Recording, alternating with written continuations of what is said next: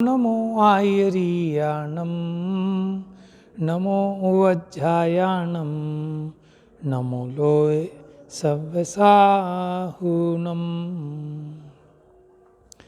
एष सुरासुरमनुसिन् वन्दितं धोदघायिकम् अमलं प्रणमामि वड्डमाणं तित्थं धम्मस्य कर्तारम्।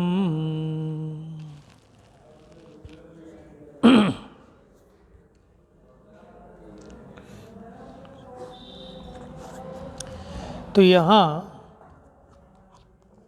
शुद्धोपयोग अधिकार में गाथा नंबर 13, 14, 15 हम देख चुके हैं।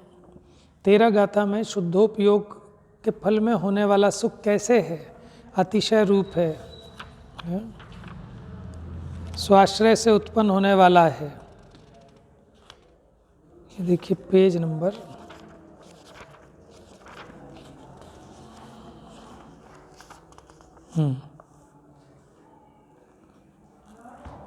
अतीन्द्रिय है, अनुपम है, अनंत है और अविच्छिन्न है। फिर ये पूछा कि शुद्धोपयोग परिणत आत्मा का स्वरूप कैसा है, तो उन्होंने कहा जिन्होंने पदार्थों को और सूत्रों को भली भांति जान लिया है, संयम तप से युक्त हैं, राग से विरहित हैं, ऐसे श्रवण जिनको सुख दुख समान हैं, उनको शुद्धोपयोग कहा गया है। फिर 15वें नंबर की गाथा में कि शुद्धोपयोग की प्राप्ति के बाद तत्काल होने वाली शुद्ध आत्म स्वभाव की जो प्राप्ति होती है उसकी प्रशंसा की। उसमें बताया उवओग विशुद्धो, जो विगत आवरण अंतराय मोह रहो, माने 4 घातीय कर्मों का अभाव हो गया। कैसे हो गया? माने जो उपयोग से विशुद्ध हो गया। माने पहले भी शुद्धोपयोगी थे मुनिराज, लेकिन कुछ कमी थी। अब जब उनका उपयोग पूर्ण विशुद्ध हो गया तो उनके 4 घातीय कर्मों का अभाव हो गया। तो फिर वो ज्ञेयभूत पदार्थों के पार को प्राप्त हो गए, माने केवल ज्ञानी हो गए, सर्वज्ञ हो गए। और यहाँ एक बात आई थी अंत में, जो टीका है, टीका के लास्ट में, आत्मा ज्ञान स्वभाव है और ज्ञान ज्ञेय प्रमाण है, इसलिए समस्त ज्ञेयों के भीतर प्रवेश को प्राप्त ज्ञान जिसका स्वभाव है, माने वो जो केवल ज्ञान है, ऐसा केवल ज्ञान जिसका स्वभाव है, ऐसे आत्मा को आत्मा प्राप्त करता है। कैसे प्राप्त करता है? शुद्धोपयोग के प्रसाद से। अब ये शुद्धोपयोग के फल में, तो शुद्धोपयोग किसका है? वो भी तो अपना ही परिणाम है। तो इसका मतलब आत्मा ने आत्मा को आत्मा से प्राप्त किया, यानी ये स्वयमेव ही ऐसे आत्म स्वभाव को पाता है।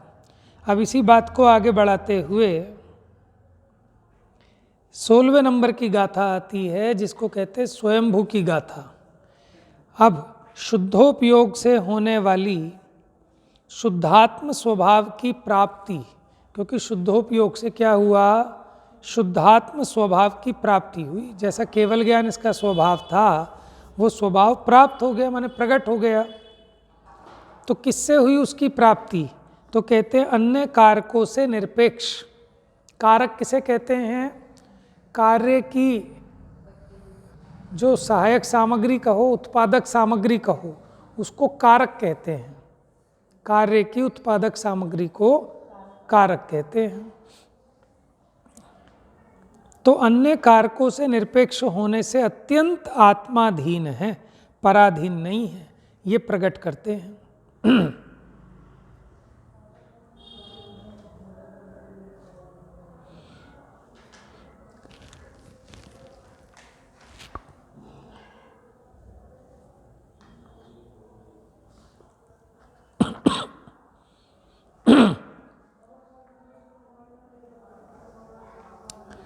चलिए गाथा देखते हैं, गाथा नंबर 16। मिल गई सबको? तह सो लद्द सहावो सवर्ण हूँ सव लोग पदी महिदो भूदो सयमे वादा हवदी स्वयंभू ति निदिठो। ठीक है, पढ़ें। तहसो लद्ध सहावो सवर्ण हूँ सव लोग पद महिदो भूदो सयमे वादा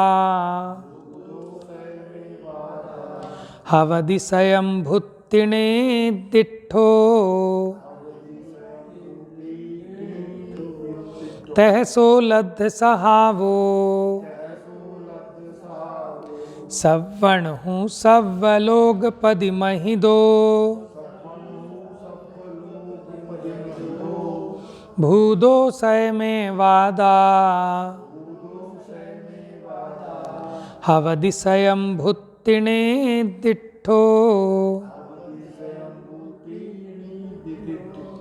देखो, तह सो लद्ध सहावो, तह मैंने तथा यानी इस प्रकार, लद्ध माने होता है लब्ध प्राप्त करना, सहावो माने स्वभाव को।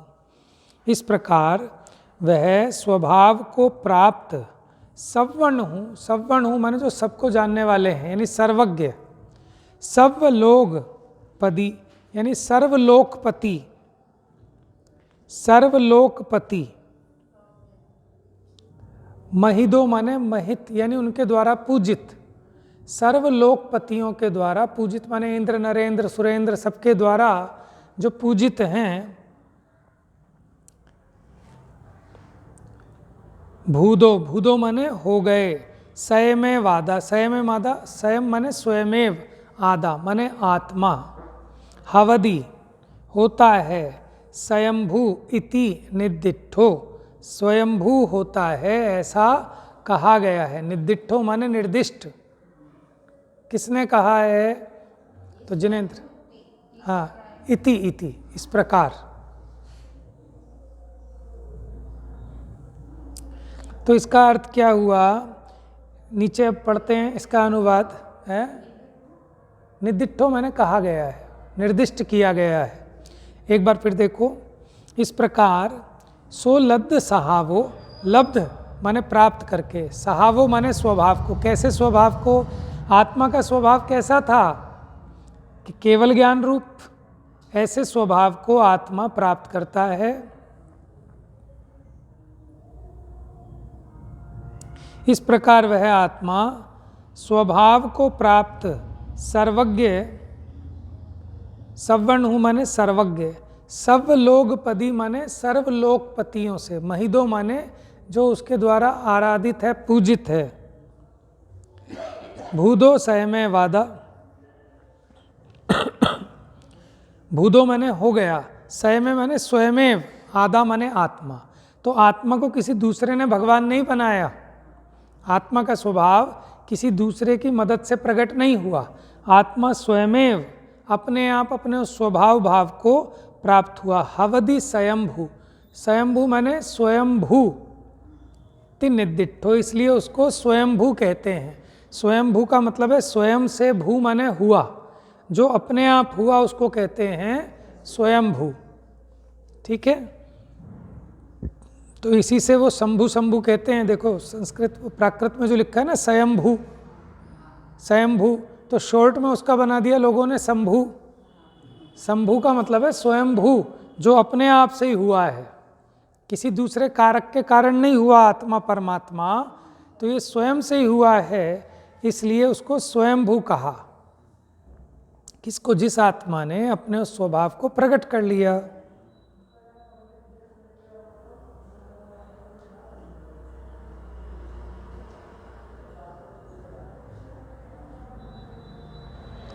तो यानी स्वयं ही सर्वज्ञ हुआ है, सर्वलोक के अधिपतियों से पूजित हुआ, स्वयमेव हुआ, इसलिए इसको स्वयंभू ऐसा जिनेंद्र देव ने कहा है।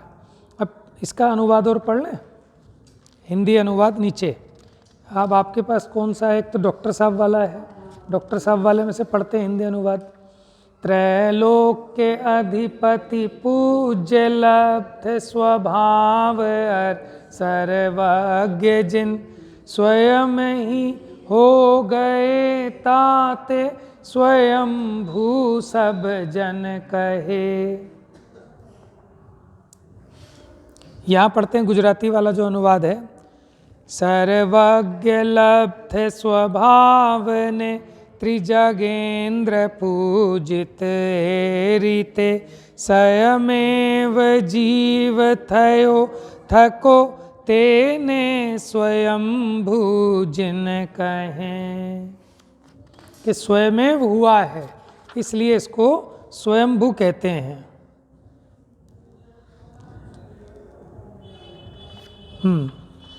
टीका पढ़ते हैं। शुद्ध उपयोग की भावना के प्रभाव से, शुद्ध उपयोग की भावना के प्रभाव से समस्त घाती कर्मों के नष्ट होने से जिसने अनंत शक्तिवान चैतन्य स्वभाव को प्राप्त किया है। देखो, अनंत शक्तिवान चैतन्य स्वभाव को प्राप्त किया है कि प्राप्त है?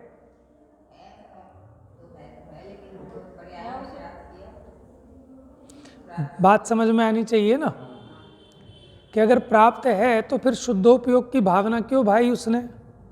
जिसको प्राप्त है तो वो शुद्धोपयोग की भावना क्यों भाएगा? उपयोग शुद्ध है कि शुद्ध करना है? हाँ, इसलिए समझ में आनी चाहिए कि अगर कोई एकांत से मान के बैठा है कि मेरा उपयोग तो शुद्ध है ही, हाँ, वो स्वभाव प्रकट करना है ना, उस स्वभाव का लाभ तो लेना है। स्वभाव है, लेकिन उस स्वभाव का लाभ कब मिलता है? कि जब वो व्यक्त होता है। बात समझ में आई? तो स्वभाव अपेक्षा कहते हैं कि है, और लेकिन उस स्वभाव को व्यक्त करना है। हाँ, शुद्ध उपयोग की भावना के प्रभाव से। अब जब ये जीव ने मुनि दशा हुई, मुनि दशा में शुद्ध उपयोग की भावना भाई, तो मुनिराज शुद्धोपयोगी होते हैं कि नहीं होते हैं? कि भावना भाते हैं शुद्धोपयोग की? हाँ, अगर हैं तो फिर भावना क्यों भा रहे हैं उसकी? हाँ, नहीं, हम तो छठे सातवें की अपेक्षा भी लो तो वहाँ जो शुद्धोपयोग है, या फिर वो केवल ज्ञान जब हुआ, माने जब मोह का पूरा नाश हो गया, जब ये 12वें गुण स्थान में पहुँचे, तब उपयोग शुद्ध हुआ कि अभी ये 7वें में ही उपयोग शुद्ध है? देखो, अब समझना इस बात को, क्योंकि ये गहरी चर्चाएं हैं कि हम कह रहे हैं 7वें गुण स्थानवर्ती मुनिराज को शुद्धोपयोग। ये चर्चा अपनी चल चुकी है कल परसों में कि जो मुनिराज हैं अगर वो शुद्धोपयोगी हैं तो फिर उस गाथा पीछे 15 नंबर की गाथा में ये क्यों कहा कि अब उनके शुद्धोपयोग को प्राप्त हुए हैं, 4 घातीय कर्मों का अभाव हुआ। विशेष शुद्धि हो गई ना। हाँ, अभी क्या कि 3 कसाय चौकड़ी के अभाव वाली शुद्धता तो थी, लेकिन 4 कसाय चौकड़ी नहीं गई थी, संज्वलन थी। तो अब संज्वलन भी चली गई तो पूर्ण उपयोग शुद्ध हो गया। तो इस अपेक्षा वो कहा कि अब ये मोह का पूरा अभाव हुआ 10वें के अंत में, तो 12वें गुण स्थान में उपयोग शुद्ध हो गया, और उपयोग शुद्ध होते ही तत्काल 4 घातीय कर्मों का अभाव हो गया। और जो इसका स्वभाव था आत्मा का केवल ज्ञान स्वभाव, उस स्वभाव को आत्मा ने प्राप्त किया। ठीक है, किससे प्राप्त किया? शुद्धोपयोग के बल से। तो शुद्धोपयोग किसका है? वो भी तो आत्मा का ही परिणाम है। तो आत्मा ने आत्मा को प्राप्त किया। किससे प्राप्त किया? आत्मा से ही, क्योंकि आत्मा का ही परिणाम है, इसलिए कहते हैं स्वयं से ही हुआ है, कोई बाहर का कारक नहीं चाहिए इसमें। तो 2 बातें समझ में आ गई। शुद्धोपयोग, अच्छा फिर इन्होंने लिखा देखो, शुद्धोपयोग की भावना के प्रभाव से समस्त घाती कर्मों के नष्ट होने से, यानी ऐसा भी आया कि वो निचली दशा में शुद्धोपयोग नहीं, शुद्धोपयोग की भावना है, इसलिए भी शुद्धोपयोग कहते हैं, है ना। अथवा आप आंशिक रूप से ग्रहण कर सकते हैं। पूरा शुद्धोपयोग तो तब कहलाएगा जब पूरा मोह नष्ट हो जाए, जैसे मुनिराज को वीतरागी कहते हैं। अगर मुनिराज वीतरागी हैं तो जो वीतरागी हैं तो फिर 12वें गुण स्थान में और 7वें गुण स्थान में क्या अंतर रहा? फिर 12वें गुण स्थान का नाम है छदमस्त वीतराग, क्षीण मोही जिन। 7वें गुण स्थान में आप वीतराग विशेषण नहीं लगाते, वहाँ तो आप ये कहोगे अप्रमत्त हैं, तो हम तो मुनिराज को वीतरागी कहते हैं। तो वीतरागी, आप ये समझना, हम अपेक्षा से कहते हैं वीतरागता की भावना है। 3 कषाय चौकड़ी के अभाव में उतनी आंशिक वीतरागता प्रकट हुई है, इस अपेक्षा यथा योग्य वीतरागपना ग्रहण करना है ना। वैसे तो हम ब्रह्मचारी कहते हैं उनको, मुनिराज को मुनि दशा में 6ठे 7वें गुण स्थान में, लेकिन अभी वेद, जो वेद है, वेद का उदय 9वें गुण स्थान में जाता है, समझ में आया? लेकिन उसका कार्य नहीं दिखता, 3 कषाय चौकड़ी का अभाव है, तो उस संबंधी 9 कषाय भी उतनी हल्की है, संजुलन संबंधी है, सो आगे जाएगी। तो यथा योग्य समझना, एक होता है सामान्य कथन, एक होता है विशेष कथन। तो सामान्य से विशेष कथन बलवान होता है। तो शुद्ध उपयोग की भावना के प्रभाव से समस्त घाती कर्मों के नष्ट होने से जिसने शुद्ध अनंत शक्तिवान चैतन्य स्वभाव को प्राप्त किया है, कि स्वभाव था, उसकी श्रद्धा ज्ञान भी था, ठीक है, उस रूप परिणमने का पुरुषार्थ भी हो रहा था, लेकिन उस पूर्ण स्वभाव को प्राप्त नहीं किया था अभी, लेकिन अब किया। ऐसा ही है पूर्वोक्त आत्मा शुद्ध अनंत शक्ति युक्त ज्ञायक स्वभाव के कारण स्वतंत्र होने से, स्वतंत्र किसे कहते हैं? कि जो किसी के अधीन नहीं है, जिसका स्व माने अपना, तंत्र माने शासन, जहाँ अपना ही शासन हो उसे कहते हैं स्वतंत्र, और जहाँ दूसरे का शासन चले, गुलामी चले, उसे कहते हैं परतंत्र। तो ज्ञायक स्वभाव के कारण स्वतंत्र होने से जिसने कर्तृत्व के अधिकार को ग्रहण किया है, हम तो कहते हैं आत्मा करता है, हाँ, माने किसी दूसरे का शासन नहीं है, किसी की अधीनता नहीं है। हाँ जी, आत्मा अकर्ता है, लेकिन यहाँ कह रहे हैं कि जिसने कर्तृत्व के अधिकार को ग्रहण किया है, ऐसा। यहाँ क्या कह रहे हैं? कर्तृत्व के अधिकार को ग्रहण किया है, ऐसा है। क्यों? शुद्ध अनंत शक्ति युक्त ज्ञायक स्वभाव के कारण। कि अच्छा, ये जो आत्मा शुद्धात्मा हुआ, ये शुद्धात्मा पने का कर्ता कौन है? कि आत्मा स्वयं है।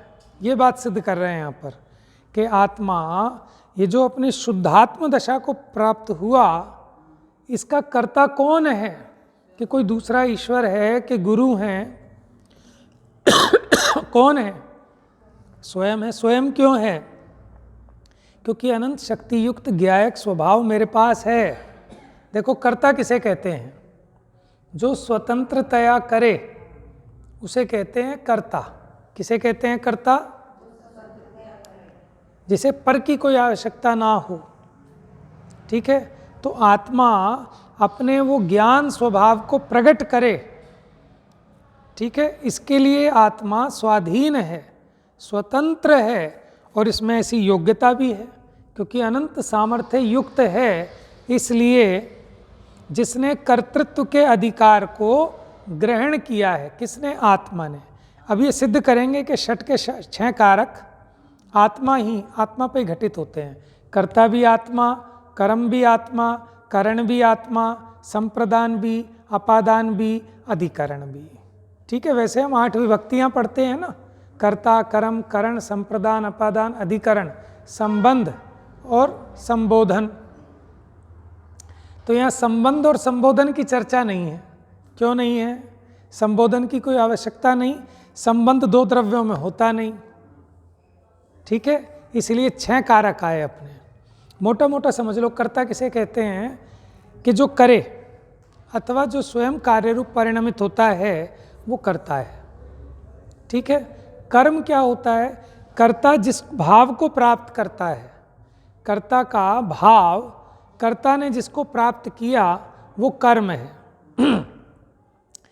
जिस साधन के द्वारा प्राप्त किया वो करण है, जिसके लिए प्राप्त किया वो संप्रदान है। ठीक है, जिसमें से प्राप्त किया वो अपादान है, जिसके आधार से प्राप्त किया वो अधिकरण है। ठीक है, अब आपको व्यवहार षटकारक पे घटित करके बताता हूँ। व्यवहार षटकारक क्या होते हैं कि हम दो द्रव्यों में कर्ता कर्मपना घटित करते हैं, वो व्यवहार से, इसको कहते हैं भिन्न षटकारक। जैसे कुम्हार ने घड़ा बनाया तो घड़ा बनने का कार्य हुआ। अब इसमें षटकारक देखते हैं, अभी व्यवहार से समझा रहे हैं उदाहरण में कि घड़े का कर्ता कौन है? कुम्हार। ठीक है, क्योंकि उसने किया है उसको, तो कुम्हार करता है। अच्छा, उसका कर्म क्या है? घड़ा बना, जो घड़ा प्राप्त हुआ ना। तो कर्ता के द्वारा जो प्राप्त किया जाए, तो कर्ता ने क्या प्राप्त किया? घड़े रूप दशा को। तो घड़ा हो गया कर्म। इसका साधन क्या है? किस साधन से बनाया? चाक, लाठी, ठीक है ना, ये सब क्या हो गए? उसके साधन हो गए। ये क्या हो गए? करण। संप्रदान किसके लिए बनाया? कि पनिहारिन के लिए। घड़ा किसके लिए बनाया? माने वो कर्म जिसको दिया जाए उसको कहते हैं संप्रदान। तो जो घड़ा बनाया वो किसके लिए बनाया? पानी भरने वालियों के लिए, पनिहारिन के लिए। तो पनिहारिन हो गई संप्रदान। काय में से बनाया? कि उसके पास जो ध्रुव वस्तु थी, टोकरी जिसमें मिट्टी थी, उसमें से मिट्टी ले लेके बनाया। तो वो ध्रुव वस्तु, वो जो टोकरी जिसमें उसका वो मिट्टी वगैरह थी, वो टोकरी हो गई अपादान। अधिकरण जमीन के आधार से बनाया, क्योंकि उसी पे चाक वाक सब रखा उसने। तो ये हो गए भिन्न षटकारक। व्यवहार से दो द्रव्यों में कर्ता कर्म कहना ये व्यवहार है। लेकिन ऐसे ही मान लो आप, अगर अपेक्षा ना समझो और एकांत ऐसा मान लो कि एक द्रव्य दूसरे द्रव्य का कर्ता है, तो व्यवहार नहीं है, वो व्यवहाराभास है, वो मिथ्यात्व है। समझ में आया? निमित्त को निमित्त मानना, उपादान मत मान लेना। अब अभिन्न षटकारक लगाए इस पे घड़े पर। ठीक है, अब देखते हैं घड़े को किसने बनाया? मिट्टी ने। मिट्टी है, वो घड़े से अभिन्न ही है। ठीक है, तो हम ये कह सकते हैं कि मिट्टी करता घड़े की। अच्छा, कर्म क्या हुआ? उसका घड़ा बनाना। तो घड़ा जो है वो मिट्टी ही है, घड़े मिट्टी का ही परिणाम है, तो मिट्टी को ही बनाया। अथवा हम ऐसा भी कह सकते हैं कि कर्ता घड़ा ही है और उसका कर्म भी घड़ा ही है, क्योंकि घड़ा जो है वो मिट्टी का ही परिणाम है। ठीक है, तो घड़े ने घड़े को बनाया। काहे से बनाया? मिट्टी से ही बनाया। तो मिट्टी और घड़ा तो अभिन्न है।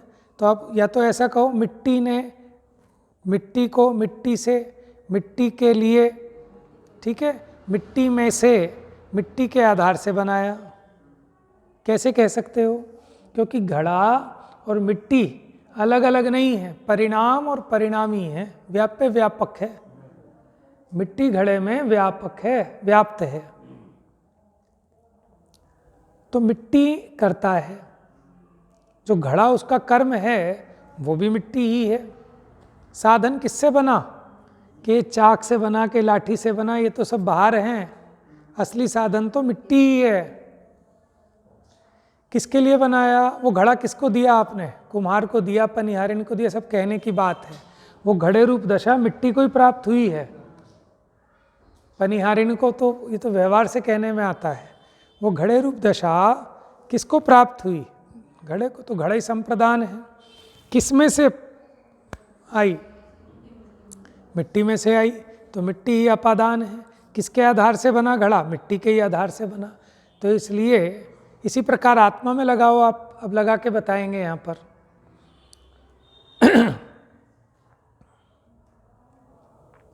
तो जिसने कर्तृत्व के अधिकार को ग्रहण किया है ऐसा, नंबर 2, 6 के 6 कारक लगा के बताएंगे।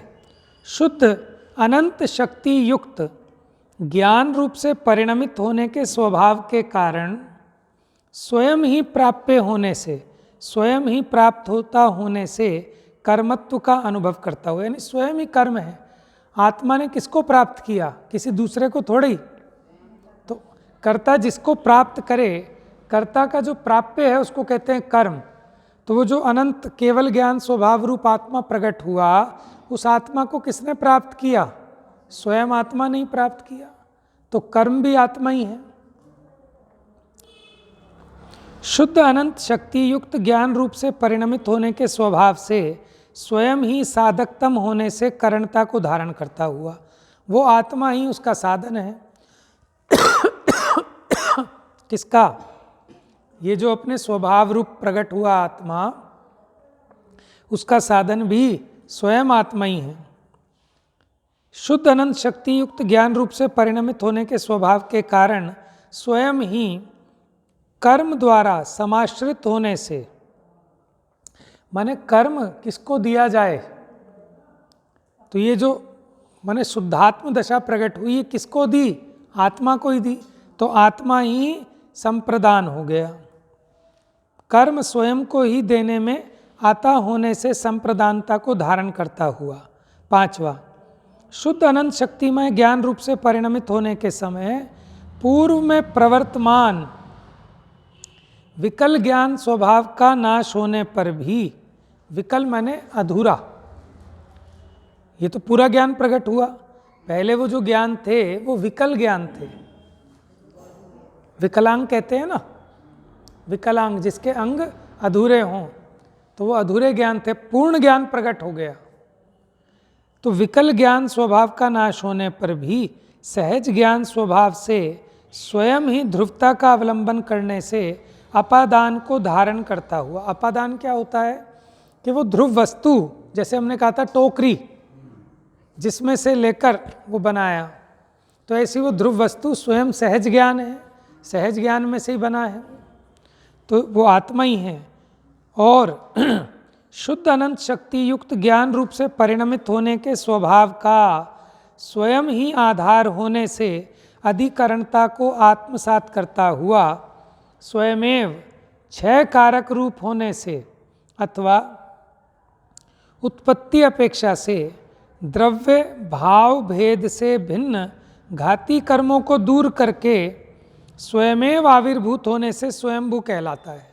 यानी वो स्वयं ही अपने आप शुद्ध परमात्म दशा को प्राप्त हुआ, उसमें किसी अन्य कारक की उसमें अपेक्षा नहीं है। यानी आप सुखी होने के लिए स्वयंभू हैं, दुखी होने के लिए भी स्वयंभू हैं। समझ में आया? आप अपने आप ही सुखी हो सकते हैं, आप अपने आप ही दुखी। लेकिन फिर भी एक बात समझना, दुखी होने के लिए तो कर्म का उदय अनिवार्य है। विकार करने के लिए कर्म का उदय निमित्त चाहिए, लेकिन स्वभाव रूप परिणमित होने के लिए कर्म के उदय आदि की अपेक्षा नहीं चाहिए। पानी को नीचे से ऊपर चढ़ाना हो तो मोटर चाहिए, ऊपर से नीचे लाना हो तो कोई मोटर नहीं चाहिए। पानी को गर्म करने के लिए अग्नि का निमित्त चाहिए, लेकिन शीतल स्वभाव रूप रहने के लिए कोई निमित्त।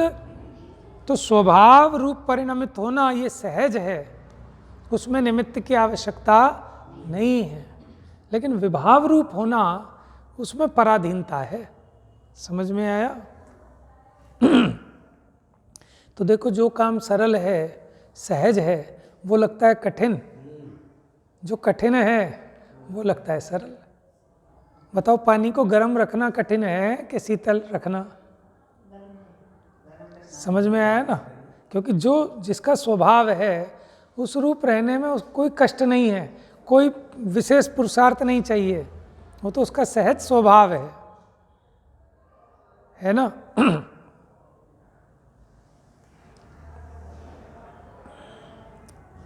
यहाँ ये कहा गया है कि निश्चय से पर के साथ आत्मा का कारकता का संबंध नहीं है। कारकता का संबंध समझ गए आप?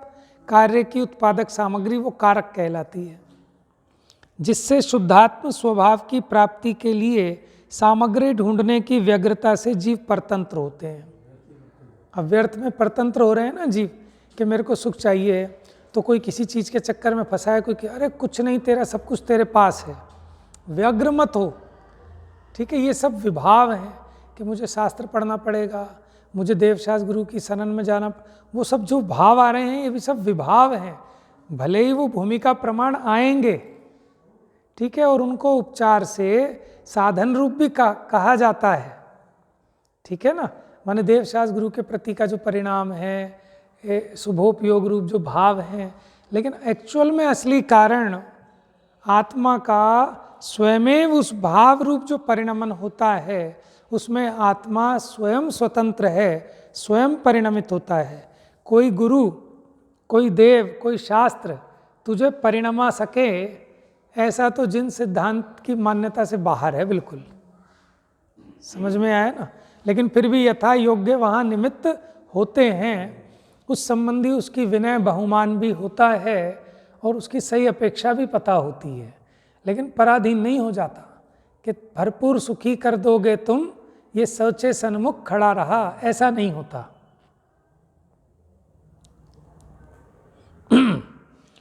तो ये जीव का बल तो तभी जागृत होगा ना, आत्मबल, और जिसका आत्मबल जागृत होता है उसी को ये निमित्त पढ़ते हैं देवशास्त्र गुरु। धर्म द्रव्य किसको चलने में निमित्त होता है?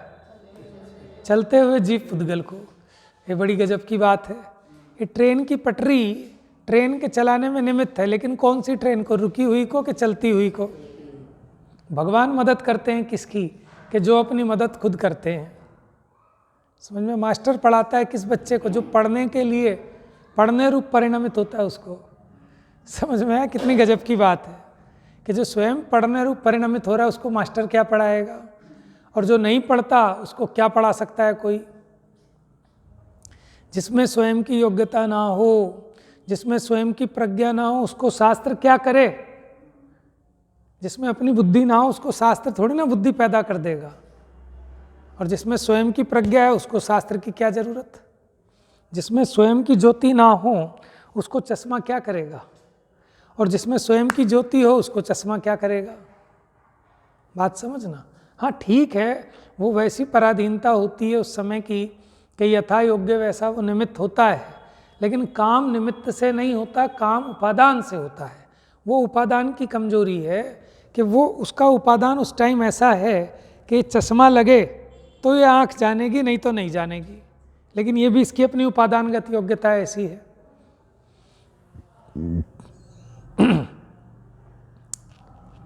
तो मेन इंपॉर्टेंट बात यहाँ ये थी कि आत्मा सुखी होने के लिए आत्मा को किसी अन्य बाह्य सामग्री की आवश्यकता नहीं है। क्या कि मुख्यपने तो ये जीव यही सोचता है ना सुखी होने के लिए कि 5 इंद्रिय के विषयों को ढूंढूं, उससे मैं सुखी हो जाऊंगा। है रोटी कपड़ा और मकान ये तो चाहिए हैं कि नहीं भैया, सुख होना, सुखी रहना ये तेरा स्वभाव है, और स्वभाव प्रकट करने के लिए तेरे षटकारक तेरे में हैं, तुझे किसी पर की आवश्यकता नहीं है। इसलिए सुखी होने के लिए कि साहब इतनी ठंडा रजाई मिले तो सुखी होऊं, तो व्यग्र मत हो कि तेरे सुख का कारण तेरे पास है, और जिसमें तू सुख मान रहा है वहाँ सुखी हो कहाँ रहा है? वो तो मृग तृष्णा की भांति एक भ्रम जाल है, भ्रम है, ठीक है ना, वहाँ सुखी नहीं होता। हाँ, तो वो समता रस का पान कहाँ से आएगा? भीतर से आएगा, अपनी मान्यता, अपना ज्ञान, अपना आचरण। अब इसका भावार्थ कर लेंगे, भावार्थ में और स्पष्टीकरण होगा ये षटकारकों का। जा वाणी के ज्ञान से सूझे लोकालोक, सो वाणी मस्तक नमो सदा देत हूँ धो।